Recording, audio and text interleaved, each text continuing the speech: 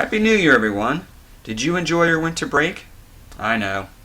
2 weeks off and it still wasn't enough. Maybe you're already counting down the days to the next holiday. Well, for those of you keeping track at home, Martin Luther King Day is only 8 school days away. But not me. I'm still reminiscing about my winter break. I can still remember it now. It's the last day of school in December. I'm driving home in my car, early dismissal, and I'm thinking of all the great things I'm going to do with my time off. Well, it must have been so exhausting dreaming of all those things because I fell asleep on the couch when I got home. Kind of like this guy. Well, when I woke up, the kids were watching a movie on Disney XD. As I would regain my senses, I noticed there was a girl in the class in this movie, and she was doodling in her notebook. By the way, don't you love how TV depicts classrooms, rows, teachers writing on a chalkboard, and there's only about a half dozen kids in the class? Anyway, in this movie, the teacher was droning on about paragraphs for a creative writing story.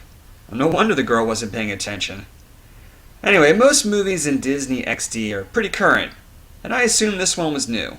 But something was up. First of all, who writes on chalkboards anymore? I decided to keep watching. The teacher turns around and she sees the girl doodling, and she calls on her, waking her up out of her daydream. "How is your story coming along?" she asks. "Which one?" the girl replies, drawing a few chuckles from her classmates. Teacher says, "You know, the one I signed last week, due tomorrow." Well, upon seeing this exchange, I knew the movie wasn't current. I asked my son to check the old info button on the remote control. Year 2000. It figures. What tipped me off? Well, it wasn't the chalkboard. The elephant in the room is, who teaches like this anymore? This is the year 2015. Teachers can use Google Classroom.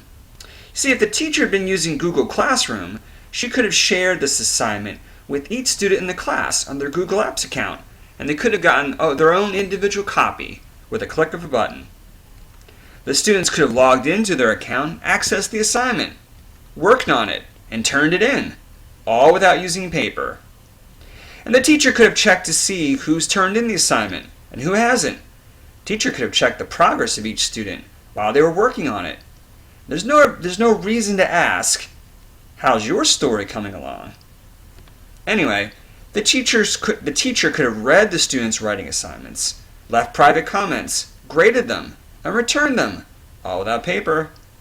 This is the future of teaching. Now by future, I'm not talking about this. No, not George Jetson, and we haven't all been replaced by robots. But we do have Google Classroom. You could be using Google Classroom. You should be using Google Classroom.